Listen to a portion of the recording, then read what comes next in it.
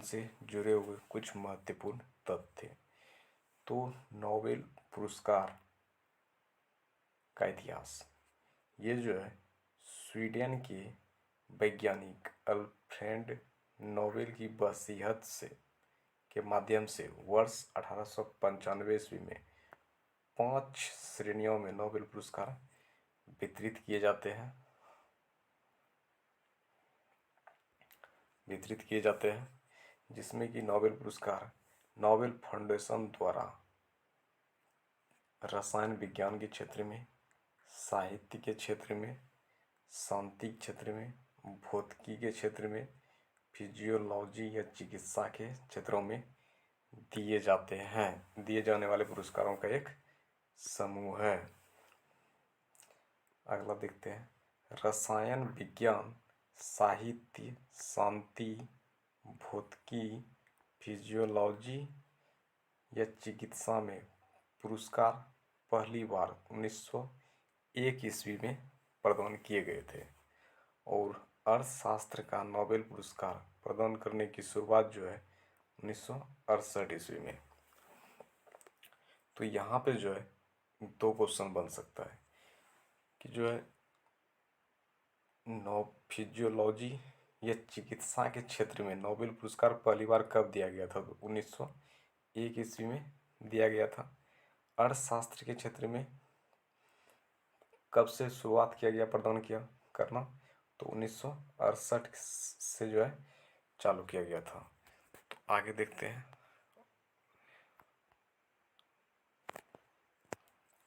Alfred Nobel.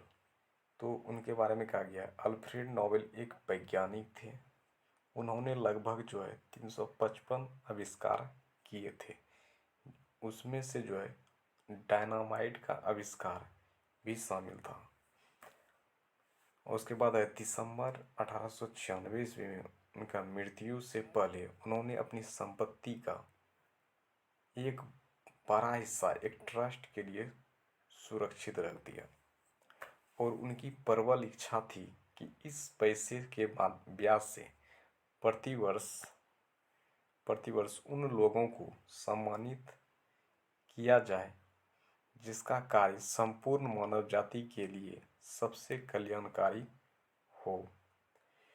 Sweden के bank में जमा इस राशि के ब्याज से नोबेल फाउंडेशन की ओर से प्रतिवर्ष शांति, साहित्य, भौतिकी, रसायन, चिकित्सा विज्ञान और अर्थशास्त्र में सर्वोत्कृष्ट योगदान के लिए पुरस्कार दिया जाता है।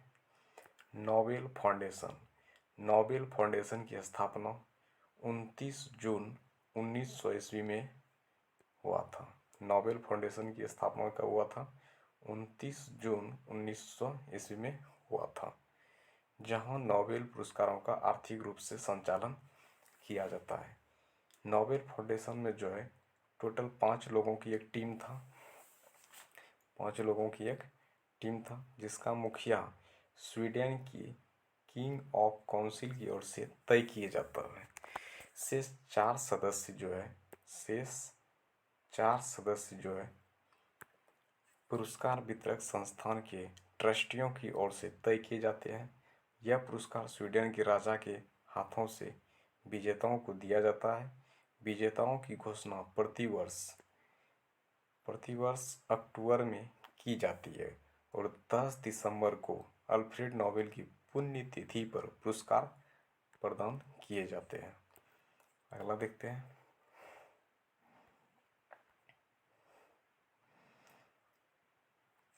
कि 2022 में किन किन व्यक्तियों को नोबेल पुरस्कार प्रदान किया गया है।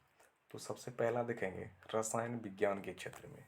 रसायन विज्ञान के क्षेत्र में अमेरिका के पर्सन थे कैरोलिन आर बर्टोजी और के बैरी Sharpless.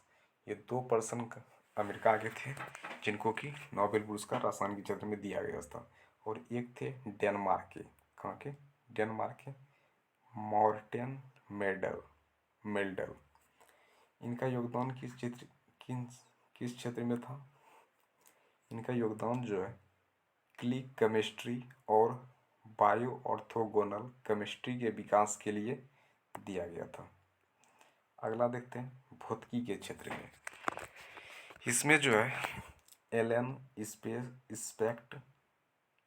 Specs, John F Clauser और एंटोन जिलिंगर को दिया गया था। तो भौतिकी के क्षेत्र में उनका योगदान था क्वांटम मैकेनिज्म के क्षेत्र में, क्वांटम मैकेनिक्स के क्षेत्र में कार्य करने के लिए दिया गया था। अगला है चिकित्सा के क्षेत्र में। इसमें जो है स्वांतो पावो को दिया गया था। और वेरी वेरी इंपॉर्टेंट, चिकित्सा के क्षेत्र में किसको दिया गया था? स्वांतो पावो को। इनका योगदान था मानव के क्रमिक विकास पर खोज के लिए दिया गया था। अगला देखते हैं शांति पुरस्कार। शांति क्षेत्र में जो है बेलारूस के मानवाधिकार अधिवक्ता एलेस बियालियात्स्की और दो मानवाधिकार संगठनों, रूसी मानवाधिकार संगठन मेमोरियल और यूक्रेनी मानवाधिकार संगठन सेंटर फॉर सिविल लिबर्टीज को दिया गया था।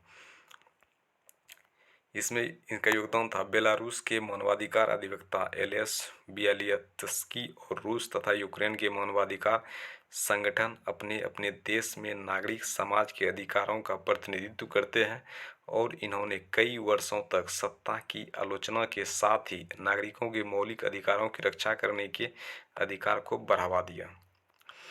अगला देखते हैं साहित्य के क्षेत्र में दिया जाता है। तो साहित्य के क्षेत्र में जो है फ्रेंच लेखिका एनी एनॉक्स को दिया गया था। उनका जो है एनी को उनके साहस और नैतिक सटीकता के साथ अपनी यादों की जड़ों को खोदकर सामाजिक प्रतिबंधों को उजागर करने के लिए नोबेल हेतु चुना गया। अगला देखेंगे अर्थशास्त्र के क्षेत्र में। अर्थशास्त्र के क्षेत्र में जो है बेन एस बर्नानके और डगलस डब्ल्यू डायमंड को दिया गया था। और तीसरा प्रश्न था फिलिप एच डायबगी। उनका था योगदान बैंकों और वित्तीय संगठनों पर शोध के लिए दिया गया था इन्हें। तो ये था सभी महत्वपूर्ण नोबेल पुरस्कार जिनको 2022 में दिया गया था। तो अब देखेंगे उसी बुक में संविधान के प्रमुख अनुच्छेद के बारे में दिया गया था, जो कि वेरी वेरी इंपॉर्टेंट है, बहुत ही अच्छा। यहाँ से कई क्वेश्चन प्रतियोगी परीक्षा में पूछा जाता है। तो अनुच्छेद और उनसे संबंधित जो है संक्षिप्त विवरण देखेंगे। अनुच्छेद और उनसे संबंधित संक्षिप्त विवरण बोला जा रहा है। अनुच्छेद एक में संघ का नाम और राज्य क्षेत्र का वर्णन है। अनुच्छेद 5 से 11 में नागरिकों से संबंधित प्रावधान है। अनुच्छेद 14 में जो है विधि के समक्ष समानता है। 17 में जो है अस्पृश्यता का अंत की बात कहा गया है। 18 में जो है उपाधियों का अंत का विवरण है।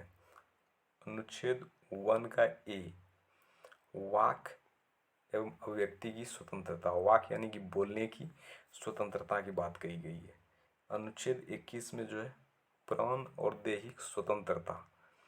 अनुच्छेद 21 के ए में जो है 6 से 14 वर्ष के बच्चों को शिक्षा का अधिकार दिया गया है।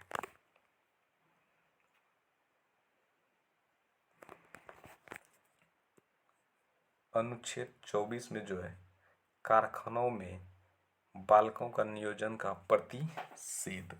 अनुच्छेद 25 में जो है धर्म का आचरण और प्रचार की स्वतंत्रता की बात कही गई है। अनुच्छेद 32 में संवैधानिक उपचारों का अधिकार। अनुच्छेद 37 में राज्य के नीति निर्देशक तत्व न्यायालयों में अपरिवर्तनीय के बारे में कहा गया है। अनुच्छेद 38 में जो है लोक कल्याणकारी राज्य की स्थापना की बात कही गई है। अनुच्छेद 39 के में निःशुल्क विधिक सहायता। अनुच्छेद 40 में ग्राम पंचायतों का संगठन। अनुच्छेद 44 में समान नागरिक संहिता।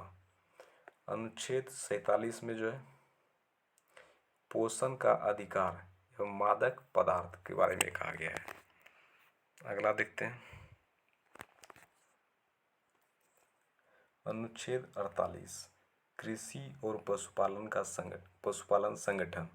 अनुच्छेद 50 कार्यपालिका से न्यायपालिका का पृथक्करण। अनुच्छेद 51 अंतर्राष्ट्रीय शांति और सुरक्षा। अनुच्छेद 51 के क मूल कर्तव्य। अनुच्छेद 52 भारत का राष्ट्रपति। अनुच्छेद 53 संघ की कार्यपालिका शक्ति। अनुच्छेद 54 राष्ट्रपति का निर्वाचन। अनुच्छेद 55 राष्ट्रपति के निर्वाचन की रीति। अनुच्छेद 56 राष्ट्रपति की पदावधि। अगला देखते हैं अनुच्छेद 60 में किसका जिक्र किया गया? राष्ट्रपति की शपथ। अनुच्छेद 61 राष्ट्रपति पर महाभियोग चलाने की प्रक्रिया। अनुच्छेद 63 भारत का उपराष्ट्रपति। अनुच्छेद 71 राष्ट्रपति और उपराष्ट्रपति के निर्वाचन संबंधित विषय। अनुच्छेद 72 क्षमादान की शक्ति। अनुच्छेद 76 भारत का महान्यायवादी। अनुच्छेद 76 में। अनुच्छेद 79 में संसद का गठन। अनुच्छेद 80 राज्यसभा की संरचना। अनुच्छेद 81 लोकसभा की संरचना। ये अनुच्छेद 80 और 81। 80 में जो है 80 में राज्यसभा की संरचना और 81 में लोकसभा की संरचना की बात की गई है। अगला देखते हैं अनुच्छेद 108 कुछ दशाओं में दोनों सदनों की संयुक्त बैठक बुलाया जा सकता है। अनुच्छेद 108 में। अनुच्छेद 110 में जो है धन विधेयक की परिभाषा दी गई है और अनुच्छेद 112 में वार्षिक वित्त विवरण का जिक्र किया गया है। अगला देखते हैं इसमें जितने भी अनुच्छेद है वे बहुत ही इम्पोर्टेंट है जो कि यहाँ से अक्सर क्वेश्चन बनता है। देखते हैं अगला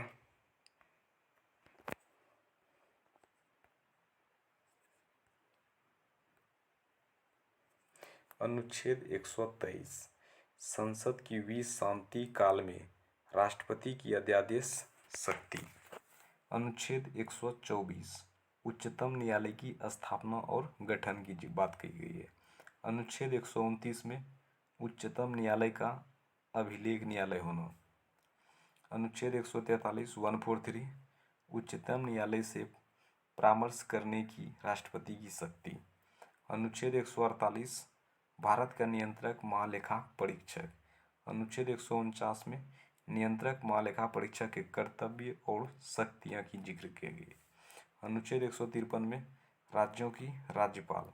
अनुच्छेद 161 में राज्यपाल को क्षमादान की शक्ति। अनुच्छेद 165 में राज्य का महाअधिवक्ता।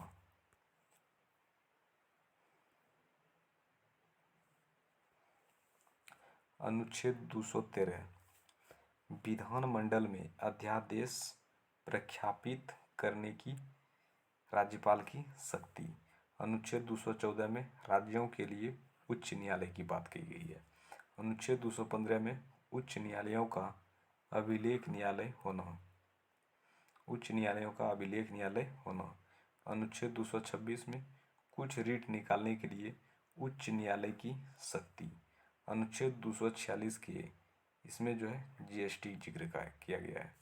अनुच्छेद 263 में अंतर्राष्ट्रीय परिषद का गठन।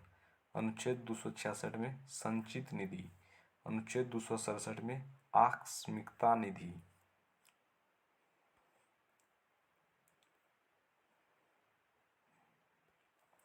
अनुच्छेद 280 में वित्तीय आयोग। अनुच्छेद 300 के क का संपत्ति का अधिकार।